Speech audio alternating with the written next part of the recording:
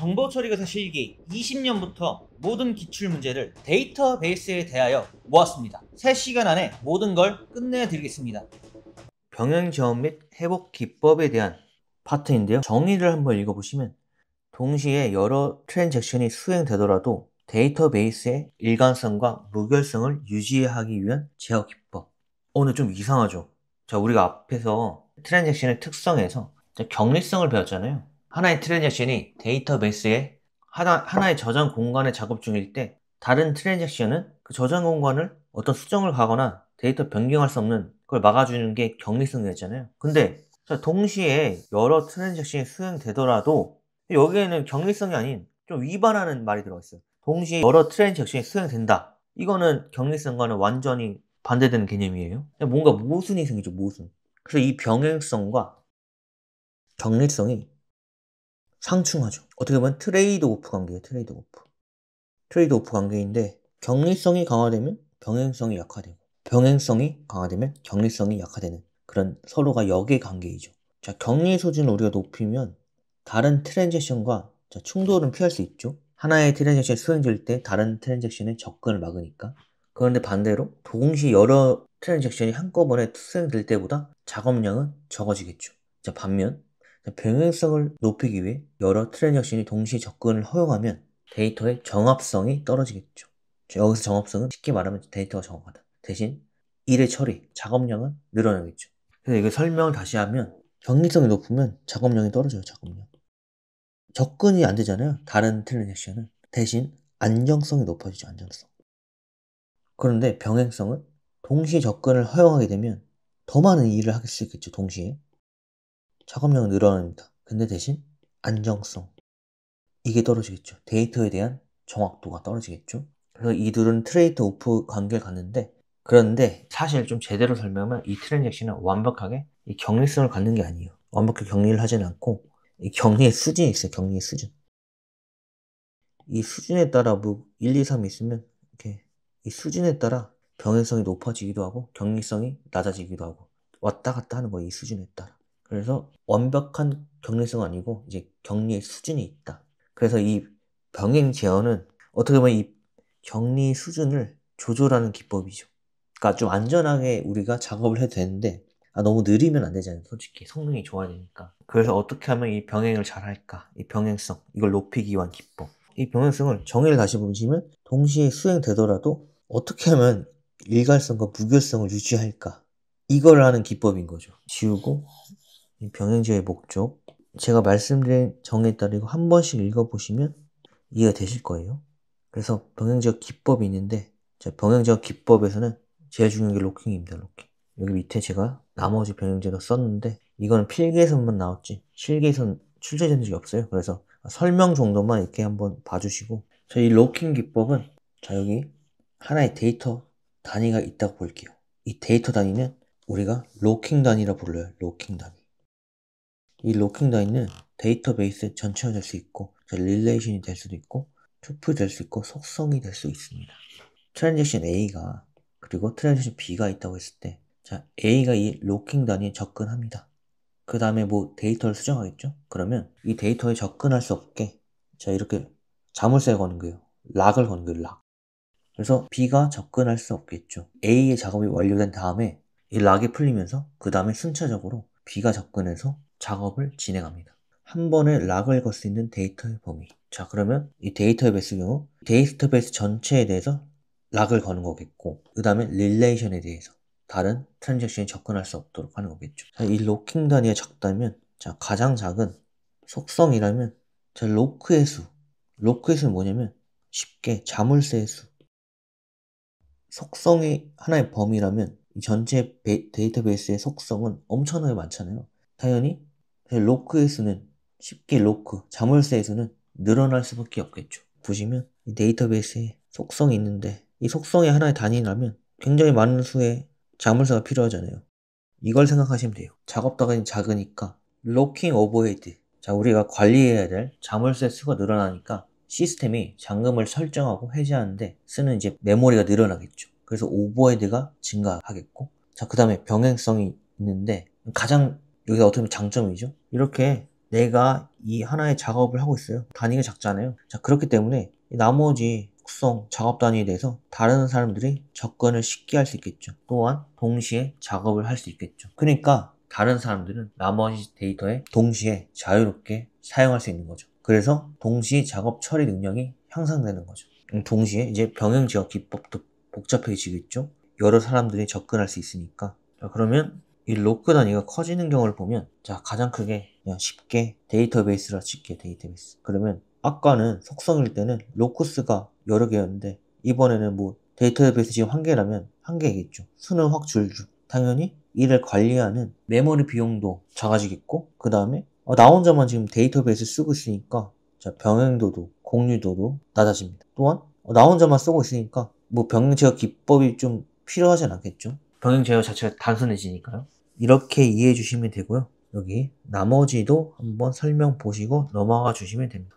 자, 회복 정의 보실게요. 자, 회복 정의는 장애 발생 시 데이터베이스를 정상적인 상태로 복구하는 작업입니다. 말 그대로 장애가 발생하면 데이터베이스를 복구하는 작업, 이렇게 생각해 주시면 되고요. 자, 회복 연산자에는 리드와 언두가 있어요. 자, 리드는 재실행 관점에서 봐주시고, 자, 언두는 취소의 관점에서 봐주셔야 됩니다. 자, 이렇게 말하면 좀 와닿진 않죠. 그래서 자, 다른 자료를 보시면 회복 기법 중 체크 포인트 회복 기법, 다른 말로 검사점 회복 기법을 예로 들어서 설명하는 게 쉬울 거예요. 그러면 체크 포인트가 우선 무엇이냐? 이 체크 포인트 시점까지 모든 변경 데이터가 데이터베이스 디스크에 실제적으로 안전하게 저장되었음을 의미합니다. 체크포인트 이후로는 데이터베이스에 잘 저장이 된 상태이고요. 자, 그러면 여기서 보시면, 자, 이 시점에 장애가 발생한 거예요. 장애가 발생했는데, 여기서 보면 이거 하나하나가 트랜잭션이고, 이 화살표의 끝에 도달할 시 커밋이 완료된 겁니다. 커밋이. 자, 그러면 T1의 경우, 자, 트랜잭션도 완료되어 있고 커밋도 잘 되어서 데이터베이스에 잘 저장이 된 상태예요. 자, 그래서 이 경우는 우리가 복구를 할 필요는 없잖아요. 데이터베이스에 변경 사항이 잘 저장되었으니까. 자, 반면 T2, T3, T4 얘네들이 좀 문제가 되는데, T2와 T3는 리두, 재실행의 대상이고, 자, T4는 언두의 대상이에요. 언두. 취소의 대상이란 거죠. 취소. 근데 의문이 들잖아요. 자, 제가 앞서 말했듯이 이 화살표의 끝에서는 커밋이 완료된 상태 아니냐. 그러면 데이터베이스에 데이터가 저장이 된 것 아니냐. 그 말도 맞지만 좀 더 상세히, 자, 물리적으로 좀 더 들어가면, 그래서 우리가 커밋을 하더라도 데이터베이스는 변경사항을 즉시 데이터베이스에 저장하지 않습니다. 자, 우선적으로 메모리에 데이터 버퍼에 저장을 하고, 커밋이 되면, 자, 로그 파일. 자, 로그 파일은 무엇이냐? 하나의 기록이라 보시면 돼요. 우리가 지금까지 작업했던 내용에 대한 기록인데, 이 로그 파일을 기록한 다음에, 자, 변경된 데이터를 데이터베이스에 적용하는 거죠. 자, 그런데 로그 파일 한 다음에 데이터베이스에 데이터가 저장이 되는데, 자, 이 사이에 장애가 발생한 장애. 자, 여기서 T2, T3는 장애 발생 이전에 커밋이 완료되었죠. 자, 그런데 여기서 커밋이 완료되면 로그 파일을 쓰게 되죠. 그런데 체크 포인트는 여기 하나만 존재하잖아요. 하나. 그래서 이 이후로는 체크 포인트가 없어요. 그래서 우리가 확인할 수 있는 것은, 아직 로그 파일에는 기록이 되었으나 아직까지는 데이터베이스에 저장이 되지 않은 상태인 거죠. 자, 그래서 얘네들은 일단은 트랜잭션이 완료되었지만 아직은 데이터베이스에 저장되지 않은 상태이기 때문에, 자, 리듀, 재실행의 대상이 되고요. 자, T4의 경우 이게 트랜잭션이 실행하는 와중에 장애가 발생한 상태이잖아요. 자, 이 경우는 아예 그냥 취소를 해버려요. 자, 이해되셨죠? 자, 그래서 다시 정리하면, 지우고, 자, 체크 포인트 이전의 트랜잭션은 우리가 확실하게 데이터베이스에 저장된 상태인 걸 알 수 있습니다. 이 시점으로 우리가 복구를 하는 거고요. 그러면 T2와 T3는 커밋은 완료됐어요. 근데 커밋을 하게 되면 로그 파일에 우선적으로 기록을 하고, 그 다음에 데이터베이스에 데이터를 저장하게 되는데, 그 사이에 로그 파일은 기록했는데 그 사이에 데이터베이스에 저장하기 전에 장애가 발생한 거예요. 그러면 우리는 아직은 데이터가 영구적으로 저장된 건 아니잖아요. 자, 그렇기 때문에 얘네들은 재실행을 하게 되고요. 근데 T4의 경우 아직 커밋도 되지 않은 상태고 실행 중에 장애가 발생하기 때문에 자, 언두의 대상이 되는 겁니다. 리듀, 얘는 언듀. 자, 그러면 다시 강의 자료로 돌아가서 자, 우리 그러면 설명을 다시 읽어보면 시스템 장애에 대하여 자, 데이터 로그 기록을 활용하여 커밋이 완료된 트랜잭션 리듀는 트랜잭션이 커밋은 완료했는데 완료하고 다음에 로그 파일 남겨요. 그 다음에 데이터를 저장하게 되는데 로그 파일과 데이터 저장하는 그 단계에서 장애가 발생한 상태인 거죠. 자, 그래서 우리는 변경사항을 자, 트랜잭션을 재실행하고 데이터 상태를 복원하게 되는 거고요. 자, 언듀는 장애에 대해서 트랜잭션 로그를 분석하여 완료되지 않은 트랜잭션은 실행 중이다. 실행 중인 상태에서 장애가 발생한 트랜잭션이겠죠. 이 경우는 변경사항을 아예 취소해 버립니다. 그 상태에서 데이터를 복원하게 되죠. 근데 이게 좀 생각을 해보면 이게 우리가 앞서 배웠던 롤백과 비슷해요.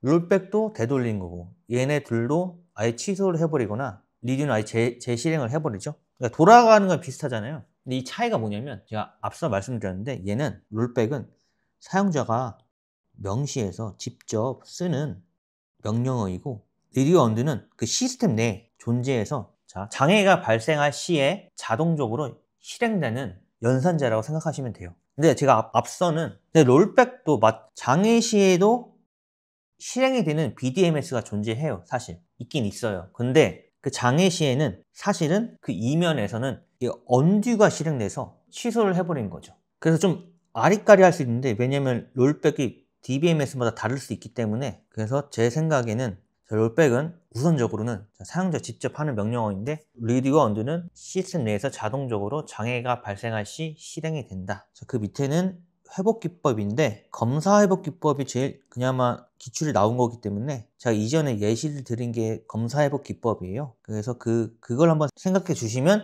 이 검사점 회복 기법이 쉽게 이해가 되고 즉시 갱신 기법도 기출에 나오는데 이걸 구체적으로 설명하기보단 기출의 문제를 보면서 이해하시는 게 훨씬 좋거든요. 그래서 일단은 요거 두 개가 나왔으니까 한번 봐주시고 나머지는 제가 혹시 몰라서 넣어놨습니다. 자, 기출문제 풀어보겠습니다. 1번 병행지역 기법 중 하나의 트랜잭션이 데이터를 연산하는 동안 다른 트랜잭션이 그 데이터 항목을 액세스할 수 없도록 하는 기법.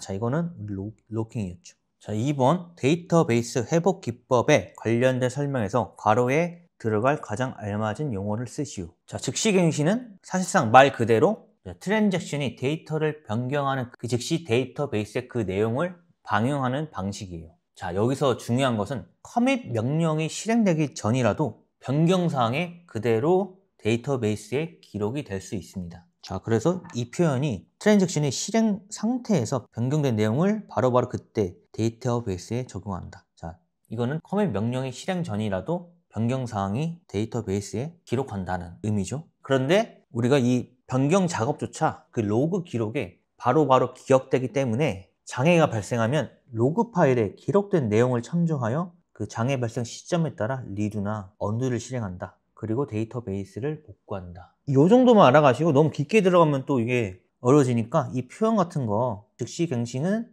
바로바로 데이터베이스에 변경사항을 적용한다. 이렇게 간단하게 외워주시고 자, 3번은 1번에 시스템 장애 발생하였을 때 2번도 마찬가지로 시스템 장애 시 그러면 리듀나 언두겠구나. 1번은 그러면 트랜잭션 로그 기록을 활용하여 완료, 커밋 되었으나 디스크에 완전히 저장되지 않은 변경사항을 복구하는 기법. 자, 이거는 우리가 리듀였죠. 재실행. 그리고 2번 트랜잭션이 로그를 분석하여 트랜잭션이 반영한 변경사항을 취소.